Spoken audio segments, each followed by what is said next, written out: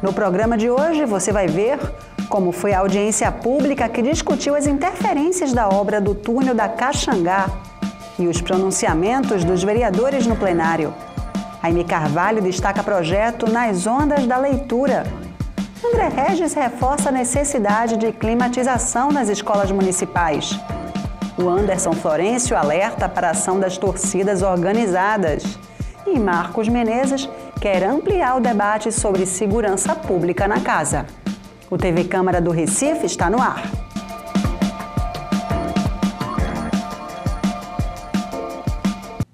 Olá, começa agora mais um TV Câmara do Recife Online.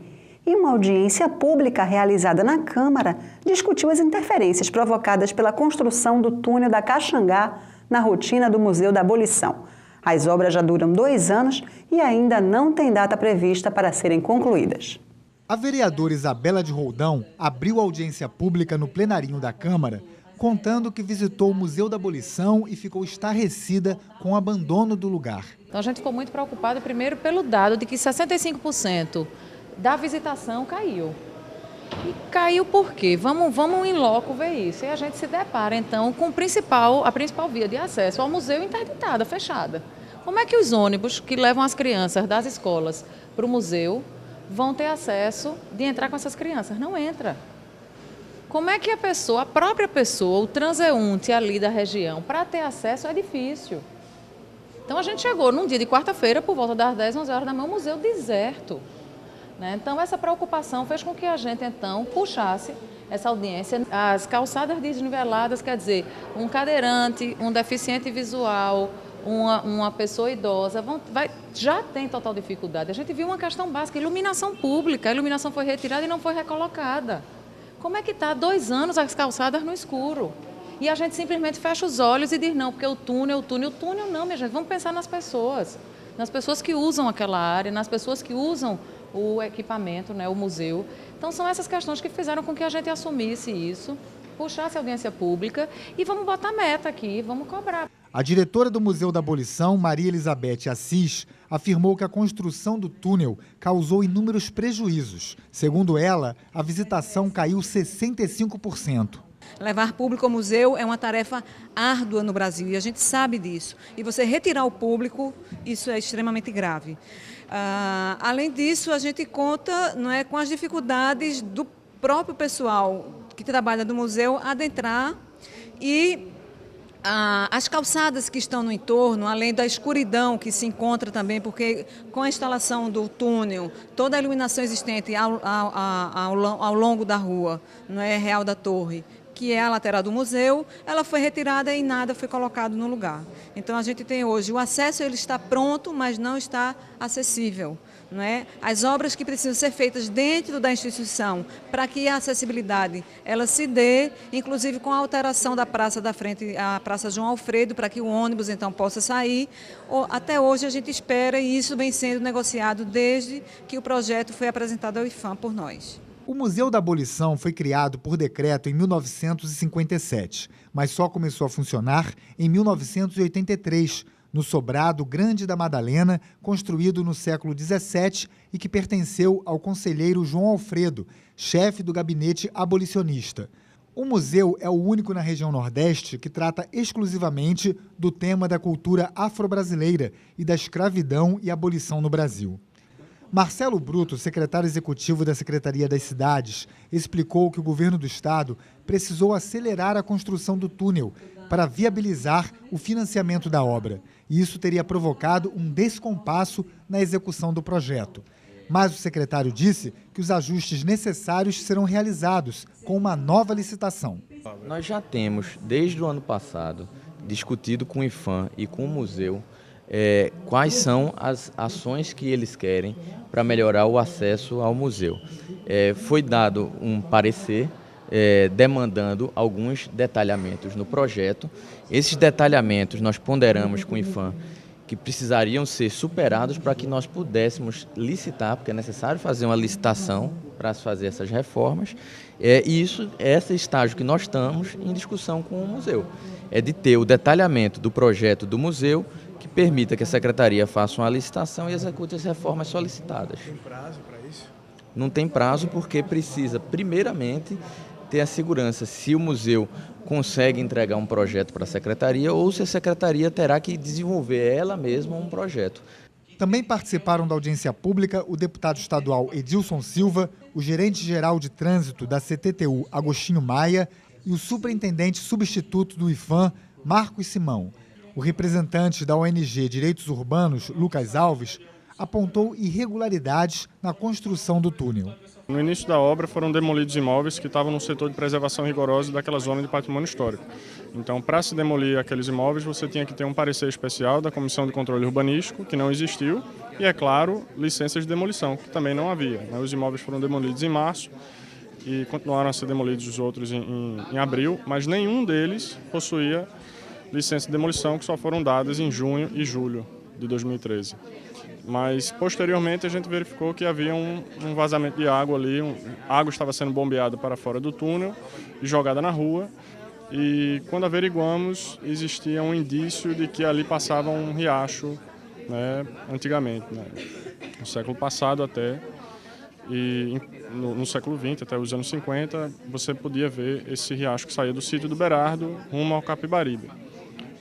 Então, a gente se pergunta como é que foi feito esse licenciamento ambiental.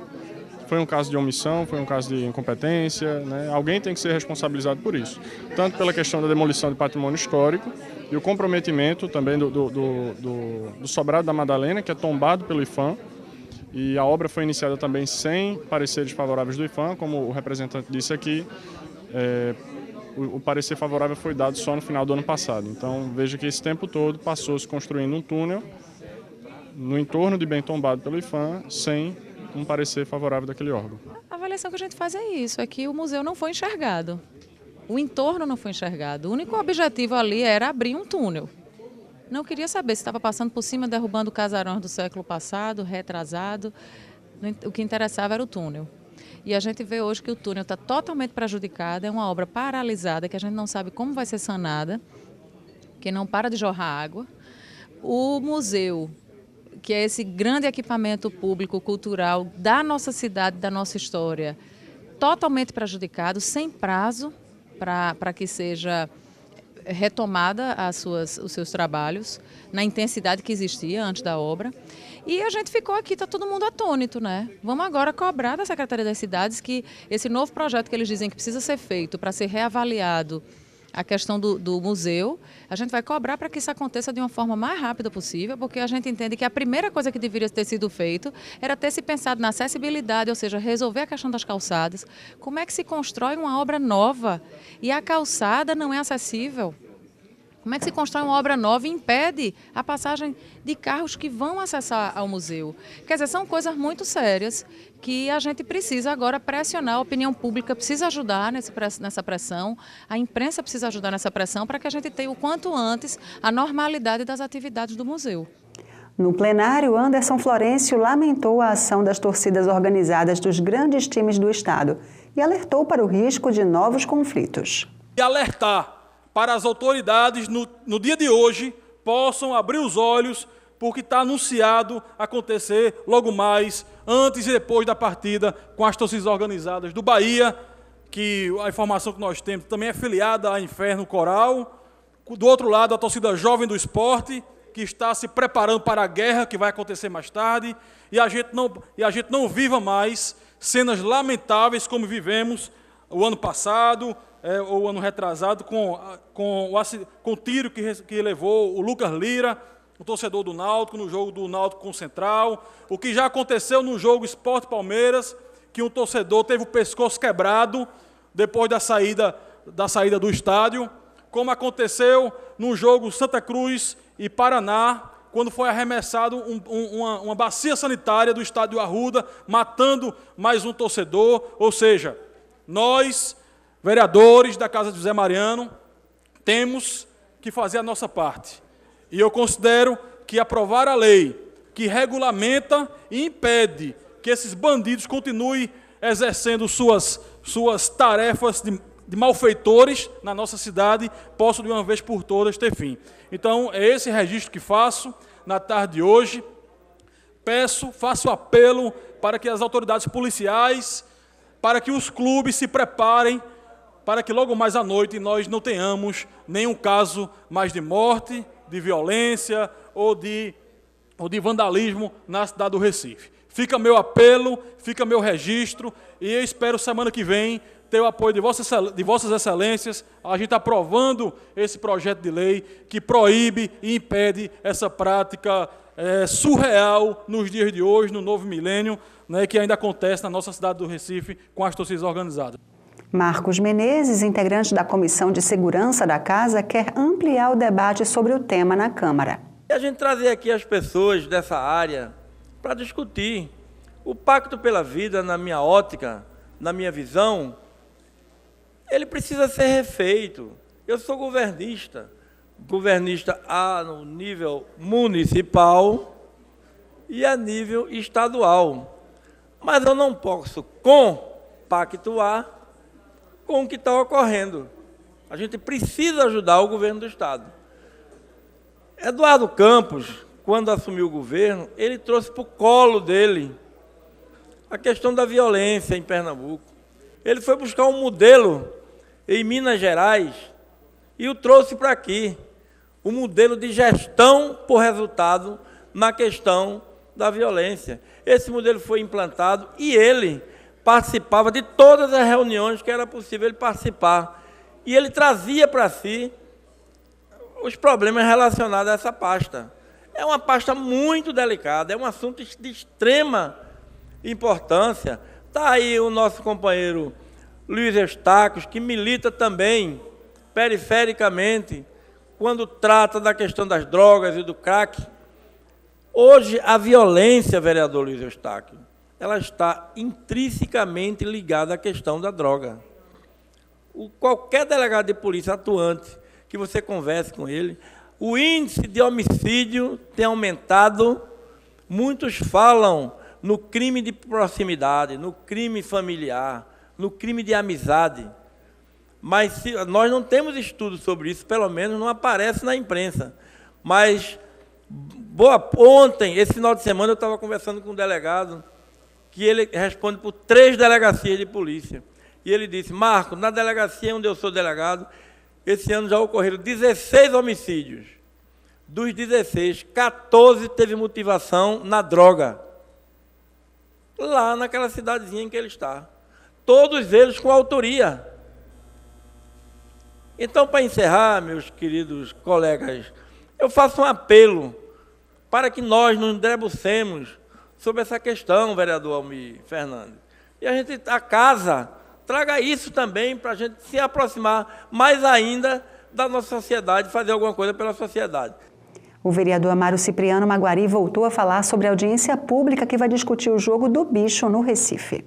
Nós vamos debater com os banqueiros de jogo de bicho a questão da extração do jogo do bicho, que não tem extração no estado de Pernambuco. Aonde é que corre? Onde é que tem essa extração do jogo do bicho aqui, que ninguém sabe?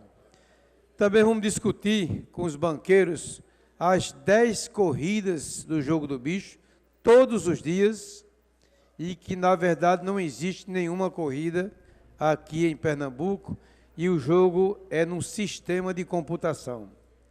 Vamos discutir a percentagem que os cambistas, eles têm o direito de receber 20% de percentagem e só recebem 10%. A questão da ação social dos banqueiros, que também não existe. Quando a Aval foi fundada, em 1979, existia uma ação social dos banqueiros para com os cambistas e familiares. Atualmente não existe mais. A questão trabalhista, o cambista trabalha 10, 15, 20 anos, quando ele sai não tem direito a nada. As máquinas interligadas com o terminal dos banqueiros, que o jogo agora, vereador Eri, é nas máquinas, não é mais num talão do jogo do bicho. A questão da validade do prêmio, você ganha, mas só tem direito a 6 dias. Você está viajando, voltou, perdeu de receber. As divergências dos banqueiros entre eles. Existe uma briga grande entre os banqueiros do jogo do bicho. E também a falta de conexão dos cambistas com os banqueiros. porque um depende do outro. Então, essas questões serão discutidas. Quando eu disse que ia fazer audiência pública e chamando o doutor Gilvando Santoro, da Polícia Federal, doutor Alexandre Carvalho, da SDS, o Ministério Público e o Judiciário, eu fui até questionado que a audiência deveria ser realizada quando eu tivesse a informação correta do governo. Então, como eu soube que existe um relacionamento dos banqueiros na cidade e no Estado com o pessoal do governo, estou esperando a informação para tomar uma posição. Agora eu vou com esse assunto até o final. Aime Carvalho destacou o projeto Nas Ondas da Leitura, realizado em 40 escolas da rede municipal. O resultado foi a produção de 3 livros de contos. Representantes de 36 unidades de ensino prestigiaram o lançamento das histórias e lendas do Recife, um passado bem presente, e outro livro intitulado A Escada até a Lua. As duas últimas, Um Passado Bem Presente e A Escada até a Lua, foram escritas por estudantes das escolas municipais Engenho do Meio e Escola Presbítero José Bezerra, respectivamente. No começo do ano passado, eram apenas 6 crianças que não sabiam ler e escrever. Um ano depois, são 6 autores com livros publicados. E essa é a história de sucesso de alguns dos alunos da Escola Municipal Presbítero José Bezerra, localizado na Macaxeira, onde tive a honra de participar do lançamento do livro A Escada até a Lua. Mas quero destacar uma das docentes responsáveis pela produção da obra coletiva, a professora Nathalie Sena, orientadora do livro A Escada até a Lua. Ela começou a trabalhar com meninos de 11 a 12 anos que não sabiam ler e escrever. Foi um trabalho bastante intenso e, no final, os alunos superaram as expectativas. André Regis reforça a necessidade de climatização nas escolas municipais. Um relatório das condições de conforto das salas de aulas da cidade do Recife, dentro de um programa que nós começamos, dentro de uma campanha que nós estamos fazendo de climatização já em todas as escolas da rede municipal da cidade do Recife. É inconcebível que a nossa criança pobre ela seja encaminhada a uma escola para o sofrimento. Mapeamos todas as escolas da rede, não apenas as escolas, mas as salas de aula. E o que nós encontramos é uma situação em que, agora com números, vereador Jairo Brito, para concluir, senhor presidente, com números, que é a área que Vossa Excelência tanto se depara, os números que nós levantamos a partir do cruzamento das informações revelam que as nossas salas são quentes, as nossas aulas, as nossas classes são escuras. E nós verificamos, senhor presidente, para concluir, que existe uma relação direta entre resultado no IDEB e climatização da sala de aula. Todas as escolas que tiveram nota no IDEB acima de 5 possuem um percentual acima de 50% de salas de aulas climatizadas na escola. Isso também demonstra uma certa quebra de isonomia. Algumas escolas têm ar-condicionado e outras não têm. Numa mesma escola, tem escolas que têm ar-condicionado e outras que não têm. Luiz Eustáquio convidou os colegas a participarem de audiência pública hoje, no Plenarinho, para discutir as festas Open Bar no Recife. Eu quero convidar todos os vereadores para estarem presentes amanhã, às 10 da manhã, nós estamos fazendo audiência pública aqui nesta casa sobre o Open Bar. Vamos estar discutindo aqui, nós temos um projeto nessa casa tramitando no sentido de impedir a utilização dessa modalidade de eventos. Esse projeto está tramitando nas comissões e nós, lógico, um tema que tem controvérsias na sociedade, então nós chamamos uma audiência pública e estamos convidando os vereadores para estarem presentes, como convidamos os representantes também, as pessoas que fazem festas, as pessoas que realizam esse tipo de evento, para estarem aqui. Convidamos o Ministério Público, convidamos o médico especialista também na área de... que é especialista na área de consumo de todo tipo de drogas, tanto as lícitas como as não lícitas. E nós vamos estar aqui debatendo esse tema.